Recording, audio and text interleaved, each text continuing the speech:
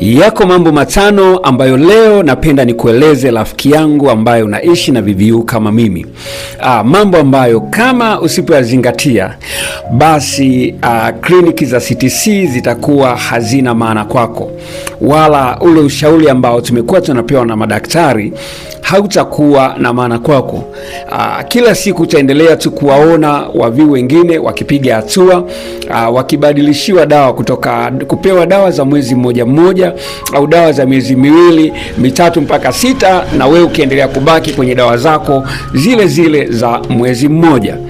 Haya ni mambo ya muhimu sana na mambo ya msingi sana kwako mviu unaishi na VVU kama mimi. Jambo la kwanza kabisa ni swala zima la umezaji sahihi wa dawa.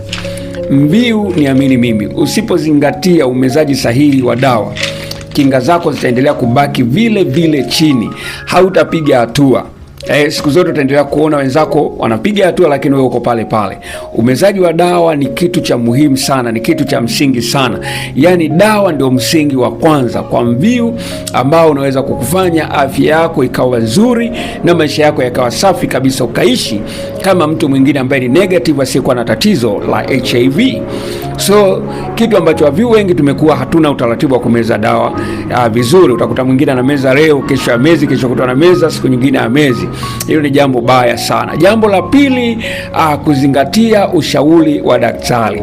Waviu wengi sana tumekuwa tunaingia kwenye chumba cha mshauri, tumekuwa tunaingia kwenye chumba cha daktari na kutoka bila kuzingatia yale ambayo tumekuwa tukishauriwa, na ndio sababu hasa unakuta mviu mwingine hakumbuki hata tarehe yake ya kurudi kliniki.